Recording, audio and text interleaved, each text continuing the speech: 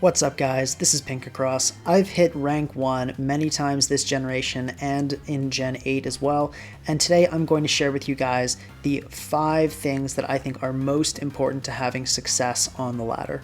Let's get right into it. Number 1, make mid-ground plays.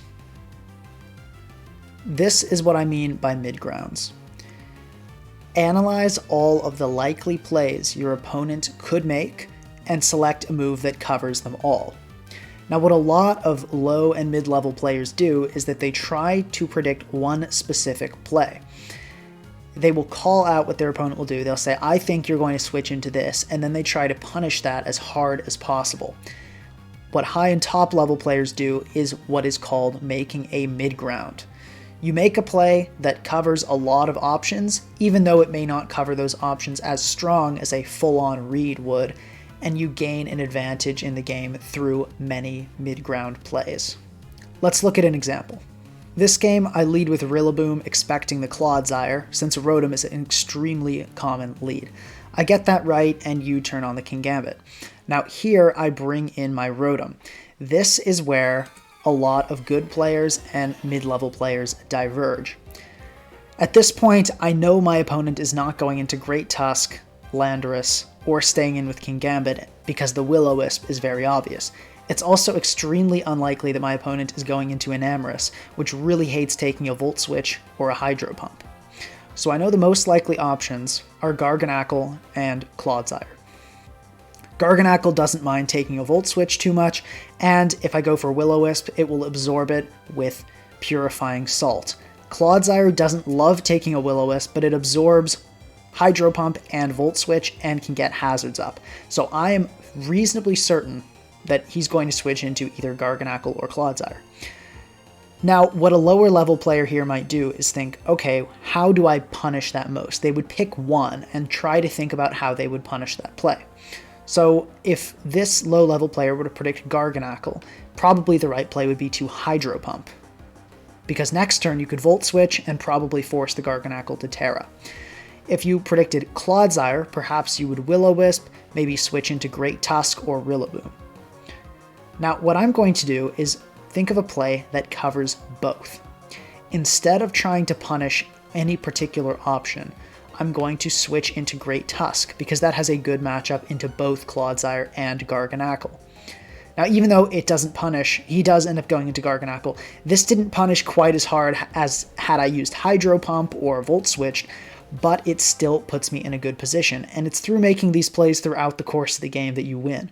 A lot of top-level play is not a bunch of hard predictions against the opponent. It's making mid-grounds and smart decisions that slowly add up to give you an advantage. Number 2, use good, non-public teams. A bad team can really bring you down on ladder.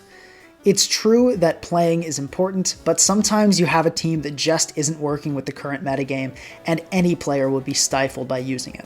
Try to use teams that other players have had success with, or that you've tested and you can feel it's better than a lot of other teams you use.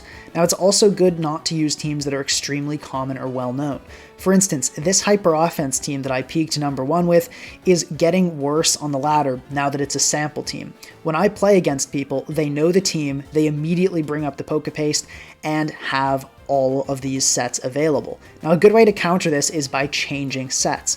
You can take a team that was made and a lot of people know and adjust it and tweak it so it's not as easy to predict. For instance, you could run Mystical Fire or Psyshock on this Hatterene, Earthquake on this Gouging Fire, and maybe Heat Crash over Flare Blitz, Dragon Claw over Outrage. You could change this Latias to be a Terra Fairy Draining Kiss set. Overall, though, it's important not to be too predictable. If you're using a sample team just to learn what the metagame is like or have a little fun, that's no problem, but if you're really trying to climb ladder, you shouldn't be using a team everybody knows, or you'll be at a severe disadvantage. Number 3, accept hacks when it happens and avoid it when possible. To clarify what I mean by hacks, I'm just talking about bad luck. Now, you can't live in fear of clicking 90 accuracy moves. Sometimes clicking Pyro Ball or Draco Meteor is the right play, and it sucks to miss it. But in a lot of cases, it's not entirely necessary to use these moves. Another thing is, a lot of people will blame hacks for losses, and they're not entirely wrong. They may have won that game if they didn't get bad luck, but in a lot of cases, you could have avoided that bad luck situation in the first place. Try to look back at your replays and see how you could have avoided putting yourself in a situation where bad luck was possible. Also, make sure you subscribe to the channel. Being subscribed to my channel is scientifically proven to make your pyro balls hit more often. Number 4. Be aware of how your opponent will play when ahead versus behind. Generally speaking, when your opponent is ahead, they will probably play very safely because they don't want to give up their lead. When your opponent is behind, they will probably make bold and aggressive, potentially even risky plays to try to get back into the game. You can take advantage of this. When you're ahead, you should play safely but not passively. You should push your advantage using low-risk plays. Now, if you notice your opponent is playing conservatively as well and calling out your safe playing, eventually you're going to have to call them out so they don't take the advantage back. This will mean making a risky play in order to keep them at a disadvantaged position in the game. Now, if you're behind, you can take advantage of this too. You know your opponent is probably going to be playing safely to avoid losing their lead, so you shouldn't hope they mess up or make a really risky play. They're probably not going to sack their best Pokemon. They're probably not going to leave in the Blissey on your Great Tusk. These are things you hope for, and it's nice to go for plays that feel like they could really get you back into the game fast, but the best way to get back into a game if you're behind is to slowly claw your way back by calling out your opponent's safe plays. Usually, very conservative playing is easy to call out, even though when you do call out their play, you won't get a lot out of it. That's what made their play safe in the first place, but a lot of those add up, and eventually the game will be even again. Now, your opponent will eventually catch on to the fact that you're reading them so much and may start to play more risky. When they do, you can take advantage of this. Number 5. If a loss bothers you, stop playing. It's one thing if you lose when you're messing around with some fun Pokemon and you're not taking it seriously, but if you're really trying to ladder and you can tell that a loss bothered you, it's a very good idea to take a break or you're probably going to go on a tilt. That means you're going to get angry, you're going to not be thinking as well, and you're probably going to lose a lot of points, which will only make you more upset.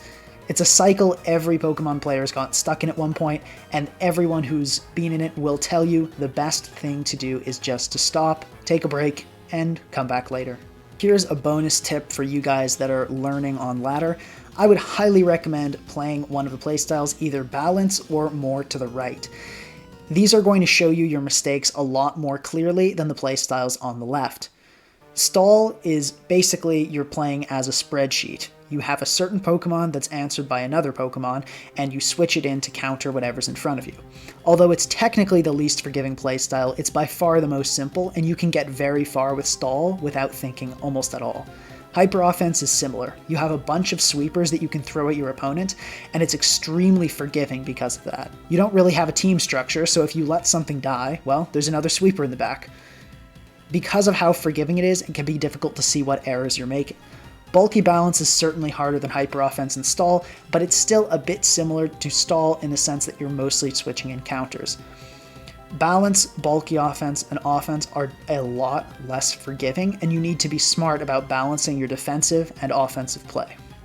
I've known a lot of people that have been in the competitive scene for years, but haven't grown much as players because they only play Hyper Offense or Stall.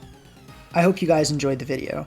Soon I'm going to be making another video where I'm going to roast my viewers' teams and fix them. If you're interested in submitting your team for this, the steps are on the screen. I'll see you guys next time.